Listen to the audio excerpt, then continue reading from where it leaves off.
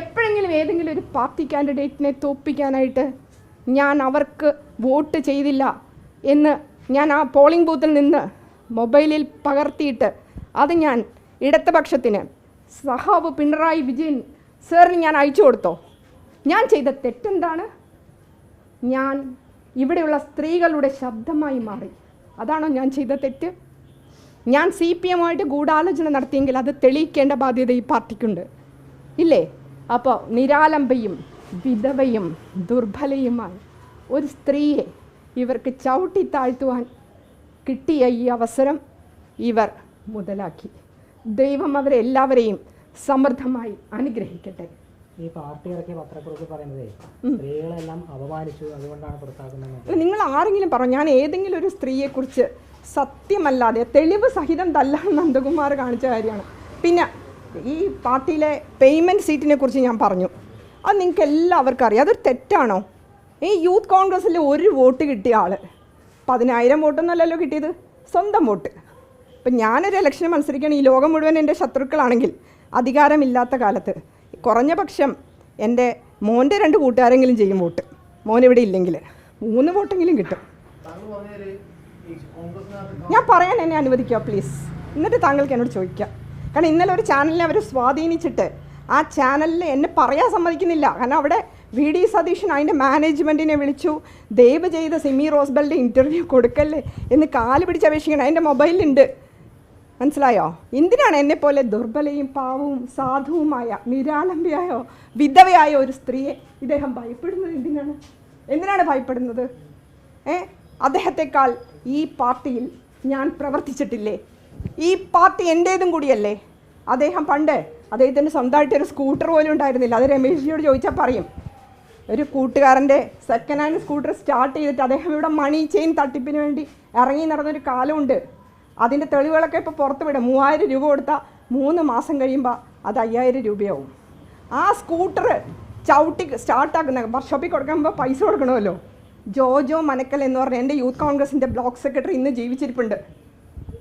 ജീവിച്ചിരിപ്പുണ്ട്. അതുകൊണ്ട് വന്ന വഴിയൊന്നും മറക്കല്ലേ പ്രിയപ്പെട്ട സതീശ, വന്ന വഴി മറക്കരുത്. പിന്നെ DCCയിൽ അദ്ദേഹത്തെ കയറ്റാതിരുന്നിട്ടുണ്ട്. NSUവിൻ്റെ സെക്രട്ടറിയായിട്ട് ഒരു ദിവസം മോളിൽ നിന്ന് ഇങ്ങനെ കെട്ടി നൂലി വന്ന് ഈ രാജ്യസഭ വന്ന പോലെ. അന്ന് YMCയിലെ സ്വീകരണത്തിന് ഞാനെങ്കിലും വരണം എന്ന് പറഞ്ഞപ്പോൾ ഞാൻ എൻ്റെ മര്യാദ കൊണ്ട് പോയി. അതും മറക്കരുത് സതീശ. പിന്നെ കേരളത്തിൻ്റെ മുഖ്യമന്ത്രിയും കേന്ദ്രമന്ത്രിയുമായ വർക്കിംഗ് കമ്മിറ്റി മെമ്പറായ AK ആൻ്റണിയുടെ കൈ അദ്ദേഹം തട്ടിമാറ്റും പ്രസ് കോൺഫറൻസിന്. കാരണം അദ്ദേഹം ഭാവി മുഖ്യമന്ത്രിയാണല്ലോ. UDF കൺവീനർ MM ഹസൻ്റെ കൈ അദ്ദേഹം പിടിച്ചു മാറ്റും. കാരണം അദ്ദേഹം കേരളത്തിൻ്റെ ഭാവി മുഖ്യമന്ത്രിയാണല്ലോ. ലോകം ആദരിക്കുന്ന ശശി തരൂറിനെ അദ്ദേഹം ഊതി വേർപ്പിച്ച ബലൂണാന്ന് പറയും. അദ്ദേഹത്തിന് ആരെയും പേടിയില്ല. കാരണം രാഹുൽ ഗാന്ധി അദ്ദേഹത്തിൻ്റെ പോക്കറ്റിലാണല്ലോ. കേരളത്തിലെ ഏറ്റവും നല്ല പ്രതിപക്ഷ നേതാവായിരുന്ന, ക്ഷമിക്കണം കേട്ടോ, ചില കാര്യങ്ങൾ ഓർക്കുമ്പോൾ ചിരി വരും. രമേശ് പറഞ്ഞിട്ടുണ്ട് എൻ്റെ സ്വന്തം അനിയനാന്ന്. അദ്ദേഹത്തിൻ്റെ അത്ര ആർജവത്തോടുകൂടി ഒരു പ്രതിപക്ഷ നേതൃത്വ സ്ഥാനത്ത് ഉണ്ടായിരുന്നൊരു വ്യക്തിയെ വെറും 4 MLA-മാരുടെ പിന്തുണയോടുകൂടി ആട്ടിമറിച്ച് പിറകിൽ നിന്നും മുന്നിൽ നിന്നും കുത്തി മലർത്തി നിലം പരിശാക്കി ആ സ്ഥാനം, ഗുരുവിൻ്റെ സ്ഥാനം, ജ്യേഷ്ഠൻ്റെ സ്ഥാനം, അത് കൈയടക്കിയത് അതെങ്ങനെയാണെന്ന് ഈ നാട്ടിലെ ഓരോ കോൺഗ്രസ്സുകാർക്കും അറിയാം. പക്ഷെ ആരും മിണ്ടില്ല, പേടിച്ചിട്ട്. ഇപ്പം അദ്ദേഹം മമ്മൂട്ടി എന്താ പറയുക, ഗുരുബ്രഹ്മ അല്ലേ ആ ഫിലിമിൻ്റെ പേരിപ്പം ഞാൻ മറന്നുപോയി. അതെ, അദ്ദേഹം അങ്ങ് ചോര കുടിച്ച് കളയും. അത്രയ്ക്ക് ഭീകരമാണ് അദ്ദേഹത്തിൻ്റെ പ്രതികാരദാഹം. ആ പ്രതികാരദാഹത്തിൽ വനിതകളൊന്നും പെടില്ല കേട്ടോ. അദ്ദേഹത്തിന് സ്നേഹമുള്ള വനിതകൾ ആരും പെടില്ല. അത് വേറൊരു കാര്യമാണ്. അതൊക്കെ പയ്യെ നമുക്ക് പുറത്തേക്ക് വരാം. കാരണം അവരുടെ പെർമിഷനും കൂടി വേണമല്ലോ. പിന്നെ ഉമ്മൻചാണ്ടി സാറ് ഭരണം കിട്ടുമായിരുന്നു. 14 മാസത്തെ ഉമ്മൻചാണ്ടി സാറിൻ്റെ ഭരണത്തെ അതിരൂക്ഷമായി വിമർശിച്ച് ഇതുപോലെ കൊള്ളക്കാരുടെ, അഴിമതിക്കാരുടെ ഭരണം, ഇതുപോലൊരു മുഖ്യമന്ത്രി ഉണ്ടായിട്ടില്ല എന്ന് പറഞ്ഞ് ഉമ്മൻചാണ്ടി സാറിനെ ചാവിട്ടി അരച്ച് പത്രമാധ്യമങ്ങളിലൂടെ കാരിവാരി തേച്ച് ഈ ഭരണം കോൺഗ്രസിന് കിട്ടേണ്ടിയിരുന്നൊരു ഭരണം അത് നഷ്ടപ്പെടുത്തിയ മഹത് വ്യക്തിയാണ്. അദ്ദേഹത്തോടൊക്കെ ഏറ്റുമുട്ടിയാൽ എൻ്റെ പാവപ്പെട്ട മോൻ എന്നോട് ചോദിച്ചു, അമ്മേ എനിക്ക് എൻ്റെ അമ്മ മാത്രമേ ഉള്ളൂ എന്ന്. അതുകൊണ്ട് എൻ്റെ കയ്യിലുള്ള രേഖകളൊക്കെ ഇപ്പം ഞാൻ വളരെ സുരക്ഷിതമായ ഒരു സ്ഥലത്ത് എത്തിച്ചിരിക്കുകയാണ്. എന്താണ് സംഭവിക്കുക? ചിലപ്പോൾ കാർ ആക്സിഡൻ്റ് ആയിരിക്കും. എന്തായാലും അതൊക്കെ നമ്മൾ ദൈവത്തിന് വിട്ടുകൊടുക്കുകയാണ്. ഞാൻ ഈ പാർട്ടിയിൽ നന്നായി പ്രവർത്തിച്ചു. ഒരു അധികാര സ്ഥാനം എൻ്റെ പബ്ലിക് സർവീസ് കമ്മീഷൻ കഴിഞ്ഞിട്ട് എനിക്കൊന്നും കിട്ടിയില്ല. എനിക്ക് എൻ്റെ സീനിയേഴ്സായിട്ടുള്ള വനിതകളെല്ലാവരും 5 വർഷം മുമ്പ് തന്നെ പറഞ്ഞു എനിക്ക് ഉചിതമായി, കാരണം ഞാൻ ഭരണഘടനാ പദവിയിലിരുന്നൊരു പോസ്റ്റാണ്. അതാണ് യൂത്ത് കോൺഗ്രസ്സിൽ ഒരു വോട്ട് കിട്ടിയിട്ട് നേതാവായ ആളല്ല. എനിക്ക് കിട്ടുമായിരുന്നു, വലിയ പദവി തരുമായിരുന്നു, അതിനുള്ള അർഹത എനിക്കുണ്ട്. പക്ഷെ ഞാൻ പോയില്ല. ഞാൻ ഭിക്ഷാന്തേഹിയായിട്ട് പോയില്ല. ഞാൻ ഒന്നും കിട്ടിയില്ലെങ്കിലും എൻ്റെ പാർട്ടിയെ ഞാൻ നെഞ്ചോട് ചേർത്തു. അതൊരു തെറ്റാണോ? പിന്നെ അദ്ദേഹം ഇന്ന് ഞാൻ അദ്ദേഹത്തിൻ്റെ പത്രസമ്മേളനം കണ്ടില്ല കേട്ടോ. അപ്പം കാണാൻ പേടിയാണ്, എന്നെ എപ്പോഴാണ് തട്ടിക്കളയുന്നത്. എൻ്റെ മകൻ ഭയന്നിരിക്കുകയാണ്. അമ്മയോട് ഇപ്പോൾ TV കാണരുതെന്നാണ് പറഞ്ഞേക്കണേ. കാരണം ആ പാവം ആയുസെത്താതെ മരിക്കരുതല്ലോ. കാരണം വിദേശത്തുള്ള എൻ്റെ സഹോദരങ്ങളെ ഞാൻ ധിക്കരിച്ച്, ഞാൻ ഈ രാജ്യത്തെ സ്നേഹിച്ച് ഞാനിവിടെ നിന്നുപോയ ഒരാളാണ്. സൗഭാഗ്യമായ ഒരു ജീവിതം എല്ലാം ത്യജിച്ച് ഞാൻ നിന്നതാണ് ഈ നാട്ടിൽ. അപ്പോൾ അതിനുള്ള എല്ലാ പ്രതിഫലവും ദൈവം എനിക്ക് തരണം. ഒരു കാര്യം കൂടി പറഞ്ഞോട്ടെ. PSC അംഗം തന്നു എന്ന് പറഞ്ഞു. എനിക്കിനി എന്താണ് കിട്ടാനുള്ളതെന്ന് പറഞ്ഞു. എൻ്റെ കൂടെ എൻ്റെ ബാച്ചിലുള്ള, എന്നോടൊപ്പം എൻ്റെ 2013 ബാച്ചിലുള്ള യൂത്ത് കോൺഗ്രസിൻ്റെ നേതാവൊക്കെ ആയിരുന്നു അദ്ദേഹം. നിങ്ങൾ അത്ര പോപ്പുലർ ആണോ എന്ന് എനിക്കറിയില്ല. അഡ്വക്കേറ്റ് ഹരീന്ദ്രനാഥ്, അദ്ദേഹം KPCCയുടെ ഭാരവാഹിയാണ് നിലവിൽ. എനിക്ക് തൊട്ട് മുമ്പ് 1 വർഷം മുമ്പ് ടെന്യൂർ കഴിഞ്ഞ ബേബിസൺ കൊല്ലത്തുള്ള അദ്ദേഹം KPCC ഭാരവാഹിയാണ്. PSC മെമ്പറായിരുന്ന വിജയലക്ഷ്മി ടീച്ചറെ നിങ്ങൾക്കറിയാമോ?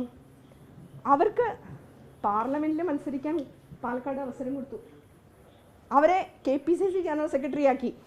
അപ്പോൾ PSC മെമ്പറായ ചില ആളുകളെയൊക്കെ സഹായിക്കാം. സിമ്മി റോസ്ബെൽ ജോൺ PSC മെമ്പറായതൊരു വലിയ തെറ്റാണോ? ഇവിടെ കൊണ്ടൊന്ന് മത്സരിപ്പിച്ചില്ല എറണാകുളത്ത്. യൂത്ത് കോൺഗ്രസിലെ സിമ്മി റോസ്ബെൽ ജോൺ 25 വയസ്സിൽ പാർലമെൻറ്റിലെത്തുന്നു പേടിച്ചിട്ട് അവർ മത്സരിപ്പിച്ചില്ലേ?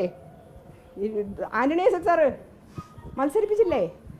അതിനുശേഷം ഹൈബീഡൻ്റെ പിതാവ് MLA ആണ്, അദ്ദേഹത്തെ പിടിച്ച് MP കുപ്പായം ഇടിപ്പിച്ചില്ലേ? പാവം സിമ്മി റോസ്ബെൽ പാർലമെൻറ്റിൻ്റെ അവിടെ എങ്ങാനും എത്തിപ്പോയാലോ എന്ന് വിചാരിച്ചിട്ട്. അദ്ദേഹം മരിച്ചപ്പോൾ അദ്ദേഹത്തിൻ്റെ മകന് പ്രായപൂർത്തിയായിട്ടുണ്ടായിരുന്നില്ല, മത്സരിക്കാനുള്ള പ്രായമായിട്ടുണ്ടായിരുന്നില്ല. അതിനിവർ ഖദർ ഉടിപ്പിച്ച ഒരാളെ കൊണ്ടുവന്നു. നിങ്ങൾക്കെല്ലാവർക്കും അറിയാവോ ആ പേര്? എഡ്വേർഡ് എഴുത്ത് ഇല്ലേ? എഡ്വേർഡ് എഴുത്ത്. നിങ്ങളൊക്കെ അതൊക്കെ ഓർക്കുന്നുണ്ടോ ചരിത്രം? എല്ലാവരും 8 നിലയിൽ ഇവർ പൊട്ടിച്ച്, 8 നിലയിൽ. കാരണം എന്താ അറിയോ? ഞാൻ റെക്കോർഡ് മെജോറിറ്റിയിലാണ് കൊച്ചിൻ കോർപ്പറേഷൻ്റെ 28 ഡിവിഷനിലും. ആ റെക്കോർഡ് ഇന്നും ബ്രേക്ക് ചെയ്തിട്ടില്ല. ഫെമീന 1991 മെയ് മാസത്തെ ഫെമീനയിൽ അതുണ്ട്. പത്രങ്ങളൊക്കെ നഷ്ടപ്പെട്ടു, പക്ഷേ ഫെമീനയിലുണ്ട്. അപ്പോൾ റെക്കോർഡ് ഭൂരിപക്ഷത്തിൽ ജയിച്ച ആളെ സൂക്ഷിക്കണമല്ലോ. പ്രത്യേകിച്ച് സോണിയാജിക്ക് ഒത്തിരി ഇഷ്ടമുള്ള ഒരാളാണല്ലോ. അപ്പോൾ വെട്ടി നിരത്തി ഒന്നും ഞാൻ വേണ്ടിയിട്ടില്ല. ഞാൻ പാർട്ടിയെ സ്നേഹിച്ചു, എൻ്റെ അമ്മയെ നോക്കി. എൻ്റെ കുഞ്ഞ്, പാവം കുഞ്ഞ്, അച്ഛൻ മരിക്കുമ്പോൾ 11 വയസ്സുള്ളൊരു കുട്ടിയാണ്. ആ കുട്ടിയുടെ കൈ പിടിച്ചിട്ട് ഉമ്മൻചാണ്ടി സാറ് രമേശ് ചെന്നിത്തലയും പറഞ്ഞു, അമ്മയെ ഞങ്ങൾ കൈവിടില്ല എന്ന്. ഈ മുറ്റത്താണ് അവർ പറഞ്ഞത്. VM സുധീരൻ സാറ് പറഞ്ഞു, KC വേണുഗോപാൽ പറഞ്ഞു. ഞാൻ ചോദിക്കട്ടെ, ഒരു നല്ല നേതൃത്വം ഇവിടെ ഉണ്ടായിരുന്നു, കഴിവും മെറിറ്റുമുള്ളൊരു നേതൃത്വം. അവരുള്ളപ്പോൾ ലതിക സുഭാഷ് പാർട്ടി വിട്ടു പോകേണ്ടി വന്നില്ല. തലമുണ്ടനം ചെയ്യേണ്ടി വന്നത് അവർക്ക് ജയിക്കാവുന്നൊരു സീറ്റ് കൊടുക്കാതിരുന്നത് കൊണ്ടാണ്. റോസക്കുട്ടി ടീച്ചർ അവരുള്ളപ്പോഴാണ് വനിതാ കമ്മീഷൻ്റെ ചെയർപേഴ്സൺ ആയത്. ലതിക സുഭാഷ് ജില്ലാ പഞ്ചായത്ത് പ്രസിഡൻ്റ് ആയത് അവരുള്ളപ്പോഴാണ്. ഷാഹിദ കമാൽ യൂത്ത് കോൺഗ്രസിൻ്റെ സംസ്ഥാന ജനറൽ സെക്രട്ടറിയും യൂത്ത് വെൽഫെയർ ബോർഡ് മെമ്പറുമായത് ഈ ഉമ്മൻചാണ്ടി സാറും രമേശുമുള്ള കാലഘട്ടത്തിലാണ്. ഞാൻ പറഞ്ഞു തീരട്ടെ ദയവ് ചെയ്ത്. ഇന്നിപ്പം സതീശൻ എന്ന മഹത് വ്യക്തിയുടെ അല്ലല്ലല്ല, ഇത് ലൈവാണ്, ഇത് കേരളത്തിലുള്ള എല്ലാവരും അറിയണം. നിങ്ങൾ ഇന്ന് നിങ്ങളുടെ മീഡിയ ശ്രദ്ധ, നിങ്ങളുടെ മീഡിയനെ ബ്ലോക്ക് ചെയ്ത ആൾക്കാരാണ്. അയ്യോ, അവരെയൊക്കെ നിങ്ങൾ പേടിക്കണം.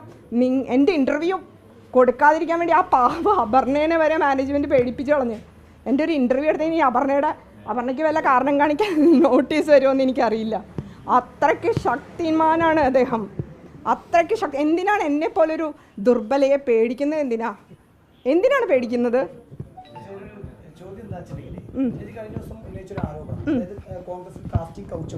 ഞാൻ കാസ്റ്റിംഗ് കൗച്ച് എന്ന ഒരു വേർഡൊന്നും ഞാൻ ഉപയോഗിച്ചിട്ടില്ല.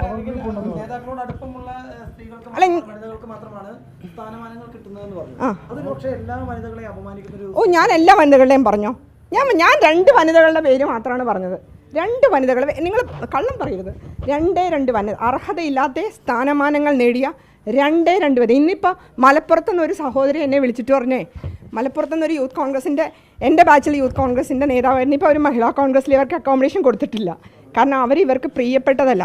അവർ പറഞ്ഞു ജമീല, ആലിപ്പറ്റ ജമീല, അവർ അവിടെ മുനിസിപ്പാലിറ്റിയിൽ എന്തോ ജയിച്ചിട്ടുണ്ട്, അവരെ KPCC ജനറൽ സെക്രട്ടറി ആക്കാനുള്ള യോഗ്യത എന്താണെന്ന് KPCC പ്രസിഡന്റിനോടൊന്ന് ചോദിക്കണം എന്ന് പറഞ്ഞു. എനിക്കറിയില്ല ആ യോഗ്യത എന്താണെന്ന്, അത് നിങ്ങളൊന്ന് അന്വേഷിക്കണം കേട്ടോ. ഇപ്പം എന്നോട് ചോദിച്ചതാ, അവരുടെ ബാക്ക്ഗ്രൗണ്ട് KSU ആണോ, യൂത്ത് കോൺഗ്രസ് ആണോ, മഹിളാ കോൺഗ്രസ് ആണോ, എന്താണെന്നൊന്ന് ചോദിക്കണം കേട്ടോ. മലപ്പുറത്തെ പ്രമുഖയായ നേതാവാ.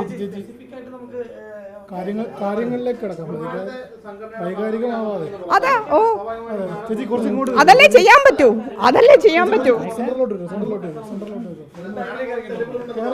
എന്തോ?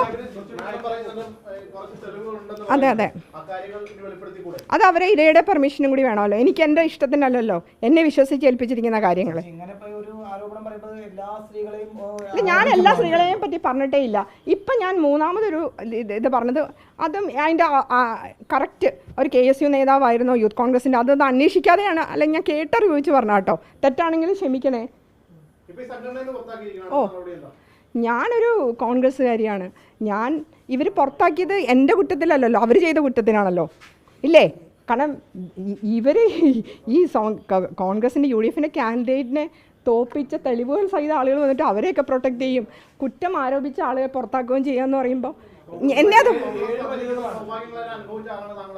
അത് ഞാൻ പറഞ്ഞില്ല. അതിനേക്കാൾ കൂടുതൽ സൗഭാഗ്യം അനുഭവിച്ച ആളുകൾ ഇപ്പോൾ ഭാരവാഹികളായിട്ട്, എൻ്റെ കൂടെ PSCയിലുള്ള ആളുകൾ ഭാരവാഹികളായിട്ടുണ്ട്. എന്നെ എന്താ പാർലമെൻറ്റിൽ വിട്ടോ, അസംബ്ലിയിൽ വിട്ടോ, അല്ലെങ്കിൽ ഹൈബിയെ പോലെ അസംബ്ലിയും പാർലമെൻറ്റും ഒരുമിച്ച് തന്നോ? 2 തവണ MLA ആക്കിയോ? ഹൈബിയെ പോലെ MLA പെൻഷൻ വാങ്ങിക്കുന്നുണ്ടോ? തോമസ് മാഷിനെ പോലെ MLA പെൻഷനും കേന്ദ്രമന്ത്രിയായിരുന്നു. ഇങ്ങനെ എത്രയോ പേരായി. എൻ്റെ കൂടെ ഉണ്ടായിരുന്ന KC വേണുഗോപാൽ കേന്ദ്രമന്ത്രിയായില്ലേ?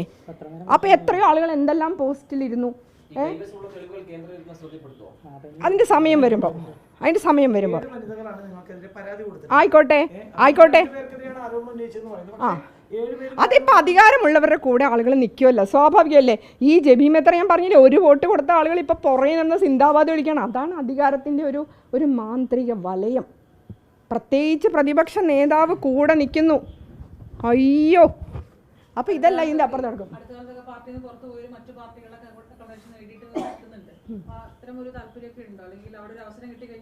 ഇല്ല, ഞാൻ പറഞ്ഞില്ല, എനിക്ക് പോകാനായിരുന്നു. 5 വർഷം മുമ്പേ പോകായിരുന്നു. എൻ്റെ 5 വയസ്സ് നഷ്ടപ്പെടുത്തുന്നുണ്ടായിരുന്നു. കാരണം ഞാൻ ഭരണഘടന പദവി തന്നെ ഇരുന്നാണല്ലോ. എൻ്റെ കൂടെ ഇരുന്നവർക്ക് ഇപ്പോൾ KPCC അവരുമൊക്കെ എന്നെ അഡ്വൈസ് ചെയ്തതാണ്. കാരണം ഇവരുമായിട്ട് നമുക്ക് ചേർന്ന് പോകാൻ വളരെ ബുദ്ധിമുട്ടാണേ. അപ്പോൾ അതുകൊണ്ട് അത് പ്രതീക്ഷിക്കേണ്ട. കാരണം പ്രത്യേകിച്ച് ഇപ്പോൾ ദീപ്തിയെ പോലെയുള്ള വനിതാ രത്നങ്ങളിങ്ങനെ തിളങ്ങി നിൽക്കുമ്പോൾ നമുക്കൊക്കെ ഒന്നും ചെയ്യാൻ പറ്റില്ല. നേരോടെ നിർഭയം റോട്ടിൽ കൂടി നടന്ന എന്ത് സംഭവിക്കുന്നു പോലും അറിയില്ല.